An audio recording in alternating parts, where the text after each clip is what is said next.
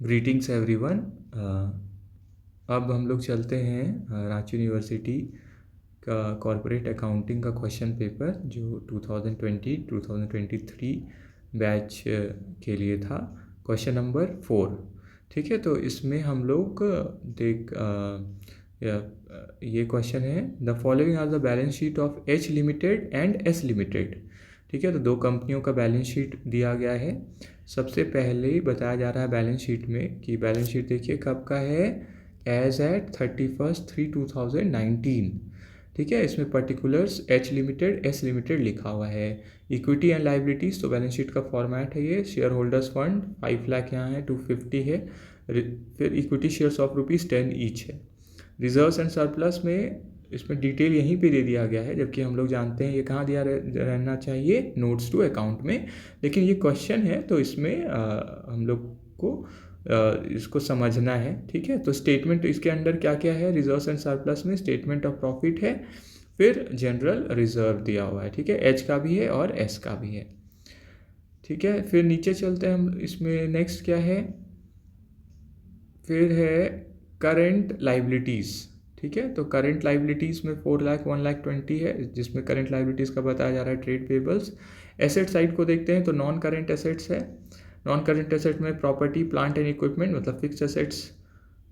ठीक है, tangible asset में आ गया, मशीनरी है इसके अंदर 6 लाख और 350, और नॉन करेंट इन्वेस्टमेंट्स है। नॉन करेंट इन्वेस्टमेंट्स में investment in 20,000 shares of S limited. देखिए यहाँ से अब पता चल रहा है ये क्या यहाँ पे हो रहा है, इन्वेस्टमेंट हुआ है एच लिमिटेड वाले कॉलम में लिखा हुआ है कि 3 लाख रुपीस इन्वेस्ट किए हैं, कितना शेयर्स के लिए, एस लिमिटेड का 20,000 शेयर्स के लिए। ठीक है, फिर करंट एसेट्स है इतना और इतना, 1,50,000 और 50,000। अब फिर एडिशनल इन्फॉर्मेशन है, एच लिमिटेड एक्वायर कर लेते हैं सारा शेयर्स किसका, एस लिमिटेड का, ऑन 1 अप्रैल 2018। तो सारा ही एक्वायर्ड, नहीं ऑल नहीं लिखा हुआ है, एच लिमिटेड एक्वायर किए हैं वो, क्योंकि यहाँ पे हम लोग देख सकते हैं। ठीक है, 20,000 शेयर्स लिए हैं किसका, एस लिमिटेड का, और ऊपर में दिया हुआ था कि हर शेयर कितना का है, 10 का है। तो कितना शेयर ये लोग लिए हैं, है ना, 20,000 एच लिमिटेड लिए हैं, टोटल शेयर कितना है 30,000 का। ठीक है, टोटल शेयर्स है 30,000। ठीक है, तो इसको जब हम लोग इसको देखें कितना परसेंट शेयर है। ठीक है, अच्छा ऊपर में 1 मिनट, सॉरी, यहाँ पे देखिए 2,50,000 शेयर्स है। ठीक है, 2,50,000 शेयर्स है, और सॉरी 2,50,000 अमाउंट है। ठीक है, 2,50,000 अमाउंट है, और शेयर्स कितना हुआ, ₹10 ईच का है, तो टोटल शेयर्स कितना हुआ 25,000। ठीक है, तो 25,000 है, और एच कितना इन्वेस्ट किया इसमें, 20,000 शेयर्स में। ठीक है, तो 20,000 शेयर्स में इन्वेस्ट किए हैं आउट ऑफ 25,000 शेयर्स। ठीक है, चलिए आगे हम लोग देखते हैं। फिर इसमें बताया गया है एच लिमिटेड, फिर ऑन दैट डे, उस दिन मतलब किस दिन, जिस दिन एक्वायर करते हैं, मतलब 1 अप्रैल 2018 को एक्वायर की है, उसी दिन जो statement of profit loss account का जो बैलेंस है, बैलेंस कितना था, क्रेडिट बैलेंस था, मतलब प्लस में। ठीक है, कितना 5,000, और जनरल रिजर्व का कितना बैलेंस है था उस दिन 15,000। तो लिखा गया है prepare a consolidated balance sheet. अब हम लोग कंसोलिडेटेड बैलेंस शीट, अब यहाँ से क्लियर हो गया कि ये क्या है, एच लिमिटेड क्या किसको रिप्रेजेंट कर रही है, होल्डिंग कंपनी को। ठीक है, और एस लिमिटेड किसको रिप्रेजेंट कर रही है यहाँ पे, सब्सिडियरी कंपनी को। सब्सिडियरी मतलब जो क्या है, होल्डिंग कंपनी जिसमें कंट्रोलिंग इंटरेस्ट है ना, मेनली 50% से ऊपर, जब ज़्यादा मतलब 50% से ऊपर इक्विटी शेयर्स है होल्डिंग कंपनी का, इसीलिए वो क्या पेरेंट कंपनी कहलाती है। ठीक है, चलिए इसका अब हम लोग सॉल्यूशन देखते हैं।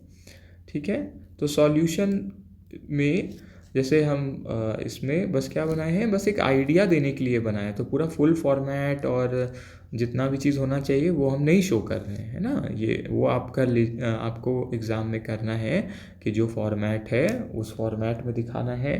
ठीक है, ताकि आपको अच्छा मार्क्स मिले प्रेजेंटेशन का। यहाँ पे मेनली सॉल्यूशन पे बस फोकस किया गया है, वो भी मेन पार्ट्स के लिए। ठीक है, देखिए तो पहले हम लोग को क्या करना चाहिए, यहाँ तो हम यहाँ पे तो आंसर डायरेक्ट दिख रहा है। पर सबसे पहले क्या करते हैं हम लोग कि अगर हमको लगता है कितना स्पेस हमको चाहिए, तो छोटा क्वेश्चन है अगर, तो एक पेज कंसोलिडेटेड बैलेंस शीट के लिए चाहिए हमको, ठीक है। फिर एक पेज आपको किसके लिए छोड़ना चाहिए, नोट्स टू अकाउंट्स के लिए, ठीक है।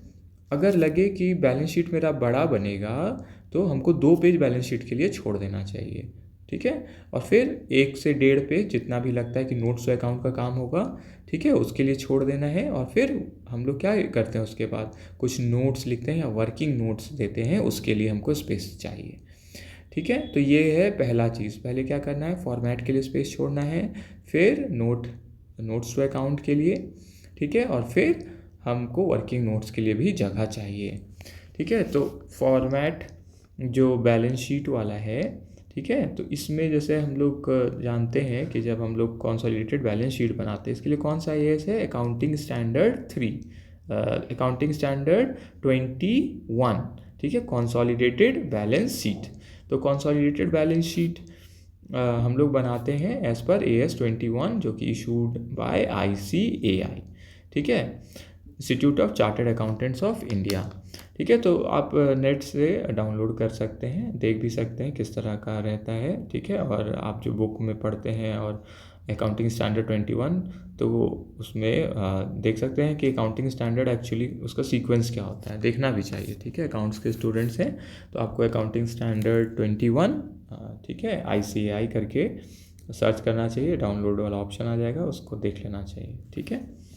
अब देखिए इसमें फिर है पर्टिकुलर्स, नोट नंबर और अमाउंट। तो अभी तो हम लोग सबसे पहले क्या करते हैं कि हम लोग एडिशनल इन्फॉर्मेशन देखते हैं, ठीक है, जिसमें एक्चुअली हमको पता चलता है कि क्या क्या चीज़ों को एडजस्ट करना है। तो इसमें लिखा हुआ है कि एक्वायर करते हैं हम लोग शेयर एस लिमिटेड का, कब, 1 अप्रैल 2018 को, और उस दिन statement of profit and loss जो एस लिमिटेड का था, उसका क्रेडिट बैलेंस था 5,000 और जनरल रिजर्व का 15,000, ठीक है। तो हम लोग इसके लिए जो वर्किंग नोट बनाएंगे तो उसमें हम लोग ध्यान रखेंगे कि पहले, क्योंकि एस लिमिटेड मतलब जो सब्सिडियरी कंपनी है यहाँ, उसका हम लोग को प्रॉफिट का बंटवारा करना पड़ता है, ठीक है। तो हम लोग जानते हैं कि प्री और पोस्ट में बंटवारा करते हैं हम लोग, कि मतलब प्री एक्विजिशन कितना प्रॉफिट है और फिर पोस्ट एक्विजिशन कितना प्रॉफिट है, ठीक है। तो सबसे पहले हम लोग क्या करते हैं, हम लोग इसमें देखिए होल्डिंग रेशियो पहले चेक कर लेते हैं हम लोग, है ना, कि होल्डिंग रेशियो क्या है, मतलब होल्डिंग कंपनी का कितना स्टेक है सब्सिडियरी कंपनी में। तो अभी हम लोग क्वेश्चन में पढ़े कि 20,000 शेयर्स एक्वायर किए हम लोग आउट ऑफ 25,000, तो कितना परसेंट हुआ, इंटू 100 करके हम लोग चेक कर लेंगे। तो जब हम लोग किए तो कितना हो गया, 80%, ठीक है। तो बाकी शेयर्स जिनके पास रहता है उनको हम लोग क्या बोलते हैं, माइनॉरिटी इंटरेस्ट। मतलब जो मेन क्या है, मेन मेजॉरिटी शेयर्स में हमारे पास है, मतलब एच लिमिटेड के पास है। तो जो दूसरे शेयर होल्डर्स हैं उनको क्लब करके, मतलब इकट्ठा करके बोला जाता है माइनॉरिटी इंटरेस्ट, ग्रुप बना दिया जाता है माइनॉरिटी इंटरेस्ट, ठीक है। आप फुल में लिखिएगा, यहाँ बस हम शो कर रहे इसलिए सारा चीज़ नहीं लिखे हैं, ठीक है, माइनॉरिटी इंटरेस्ट, ठीक है। अब हम लोग क्या करेंगे, तो इसमें माइनॉरिटी इंटरेस्ट कितना आ गया, 20%, ठीक है। तो अब हम लोग जब यहाँ प्रॉफिट देखेंगे एस का, कि एस का प्रॉफिट को जो हमको बांटना है तो प्री और पोस्ट में बांटना है ना, कि मतलब प्री एक्विजिशन कितना था और पोस्ट एक्विजिशन। तो यहाँ हम लोग देखें क्वेश्चन में कि डेट ऑफ एक्विजिशन क्या है, 1/4/2018।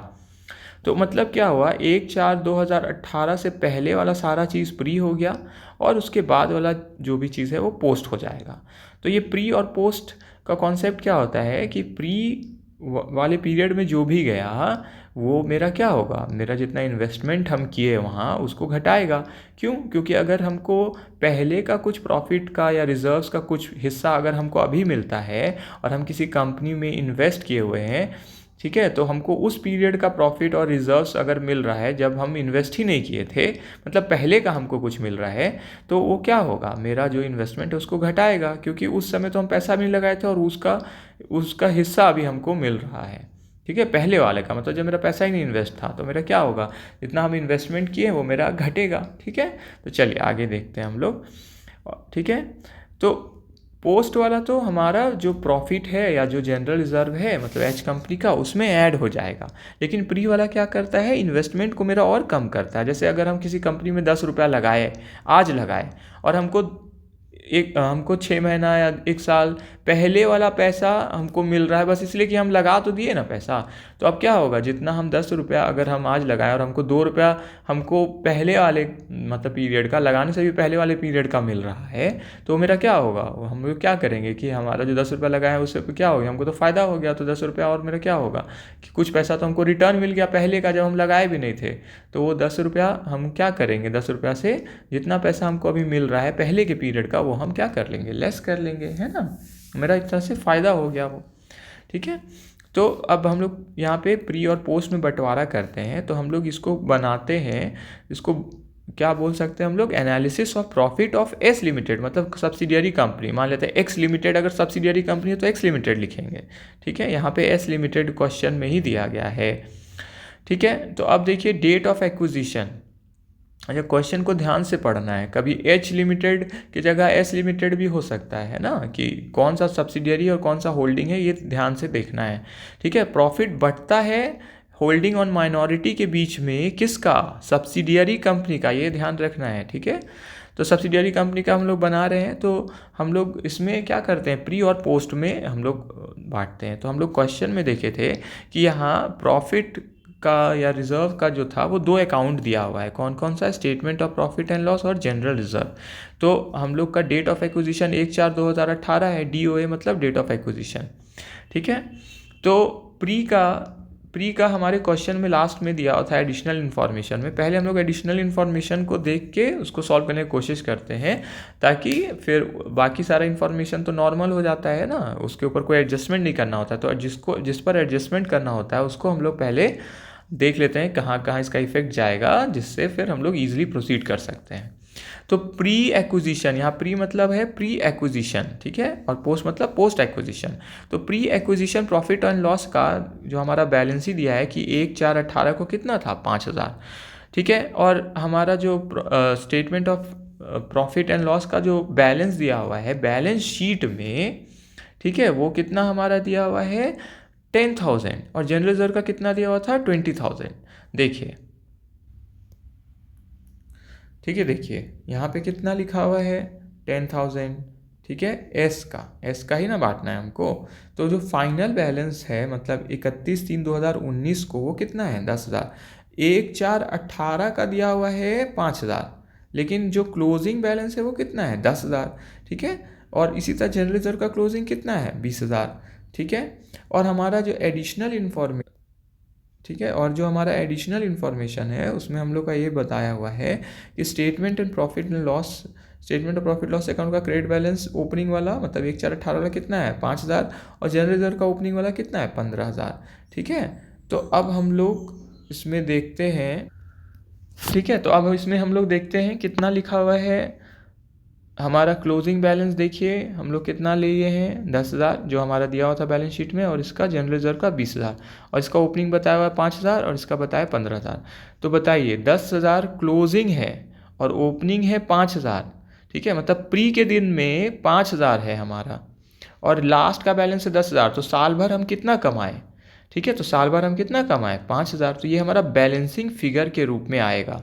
तो जब भी हम लोग का पोस्ट का भी कोई कुछ अमाउंट रहेगा तो उसको हम लोग अलग से दिखाते हैं। तो जैसे हम यहाँ क्या दिखाएं, post statement of profit and loss. ठीक है, तो इस तरह से हम लोग बांट लेंगे post statement of profit and loss और यहाँ पे पोस्ट जनरल रिजर्व। ठीक है, तो पोस्ट जनरल रिजर्व का भी दिखाएंगे और post statement of profit and loss. और भी कोई अकाउंट होता रिजर्व वाला तो उसको भी हम लोग दिखा देते हैं यहाँ पोस्ट करके और उसका लिख देते हैं। ठीक है, ताकि पोस्ट का जो अमाउंट है वो क्यों ऐसा दिखाते हैं कि पोस्ट का जो अमाउंट है वो उसी अकाउंट में जाता है। जैसे ये किस में जाएगा, यहाँ पे ये जाएगा statement of profit and loss में ही जाएगा, किसका, एच वाला में ऐड होगा। तो ये यहाँ बना रहे हैं हम लोग एस वाला, अगर वो पोस्ट वाला होगा तो उसी रिलेटेड अकाउंट में जाएगा। और मान लेते हैं एच का वो अकाउंट ही नहीं है तो बस एस का ही बस चल जाएगा, लेकिन एच में जाएगा क्योंकि है ना एच का उसमें हिस्सा है, ठीक है। और माइनॉरिटी में भी जाएगा, जितना माइनॉरिटी का स्टेक रहेगा उसका जितना हिस्सा है, ठीक है। तो देखिए, तो बैलेंसिंग फिगर कितना आया पोस्ट में, ठीक है। फिर से एक बार देखिए, 5,000 था opening statement of profit loss का, 10,000 क्लोजिंग है, तो साल के दौरान मतलब 1/4/18 से, ठीक है, 1/4/18 से 31/3/2019, ठीक है, 2019 तक कितना हम लोग कमाए होंगे कि 5,000 10,000 बन जाएगा, ठीक है। कितना कमाए होंगे तो 5,000 और, ठीक है। तो बैलेंसिंग फिगर कितना आ गया 5,000। आपको यहाँ बैलेंसिंग फिगर लिख लेना चाहिए, ठीक है, हम यहाँ छोड़ दिए हैं, ठीक है। उसी तरह जनरल रिजर्व का भी देखिए, 15,000 ओपनिंग है, क्लोजिंग है 20,000, तो साल भर में कितना कमाए हम, मतलब इसमें कितना और अमाउंट ऐड हो गया 5,000, ठीक है। तो ये बैलेंसिंग फिगर हो गया, ठीक है। तो अब जितना भी टोटल हम लोग करेंगे कि प्री का टोटल एक ही जगह रखते हैं, क्यों, क्योंकि उसका असर इन्वेस्टमेंट में होता है, ठीक है। तो यहाँ पे 20,000 चल जाएगा, ठीक है।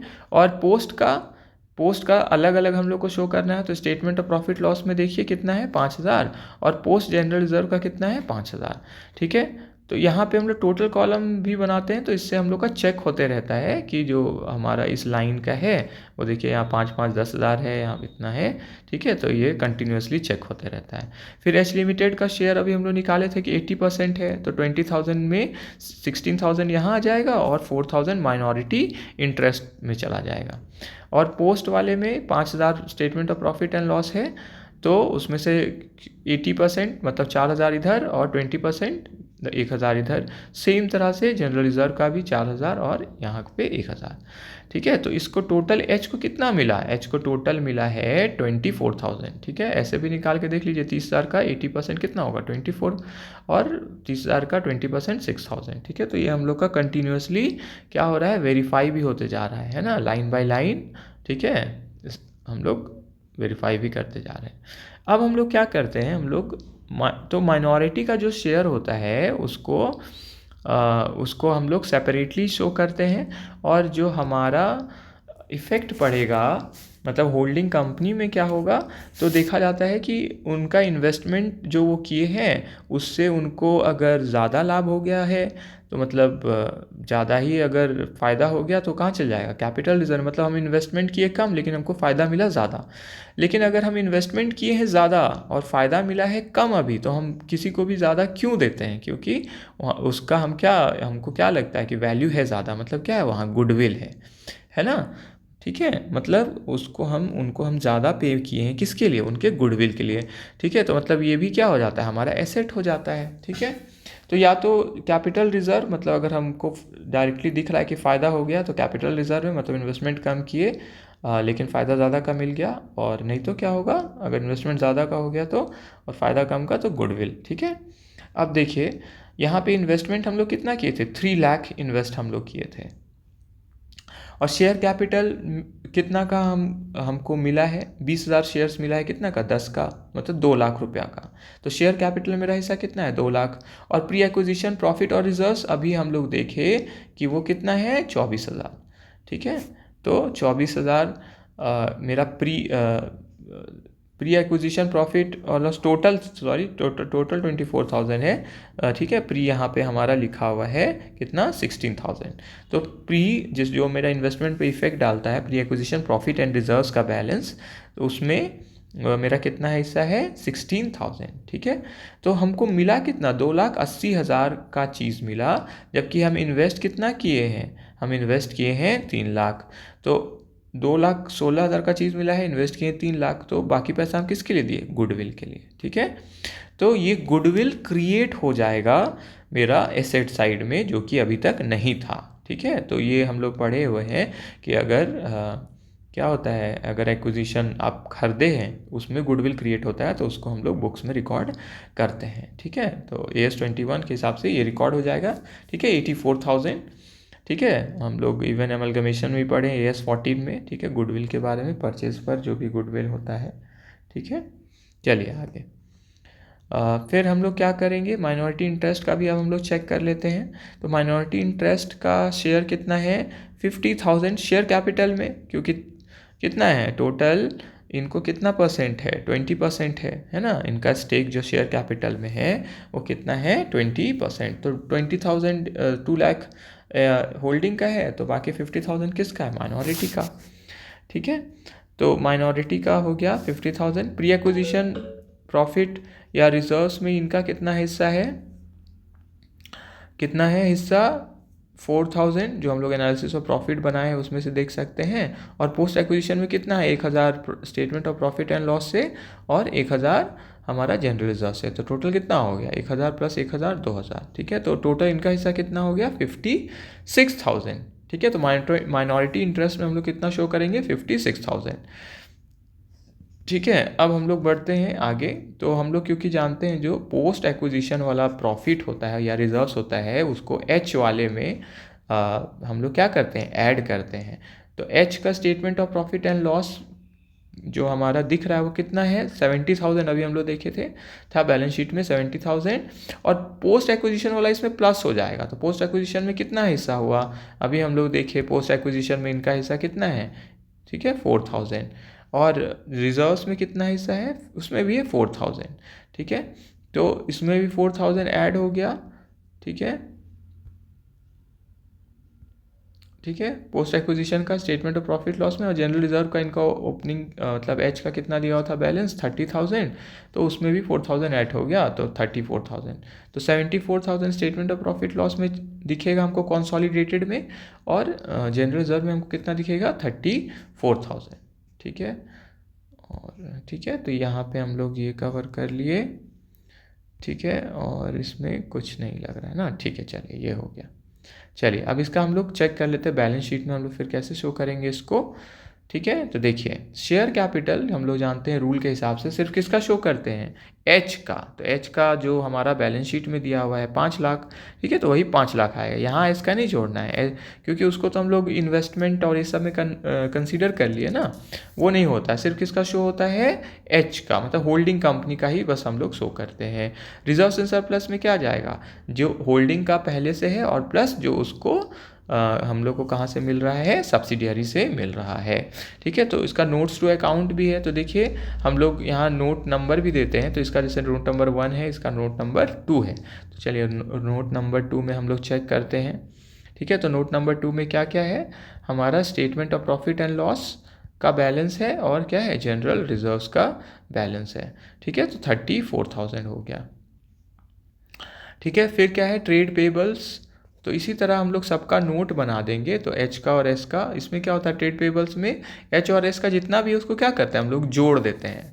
और अगर कुछ इंटर ट्रांजैक्शन मतलब एक दूसरे के साथ ट्रांजैक्शन होता है तो उसको कैंसिल कर देते हैं। ठीक है, ट्रेड पेबल से भी ट्रेड रिसीवल से भी हम लोग देखे हैं क्लास में कि क्या होता है, दोनों को सेट ऑफ करते हैं, या जो भी रूल है आप लोग पढ़े होंगे।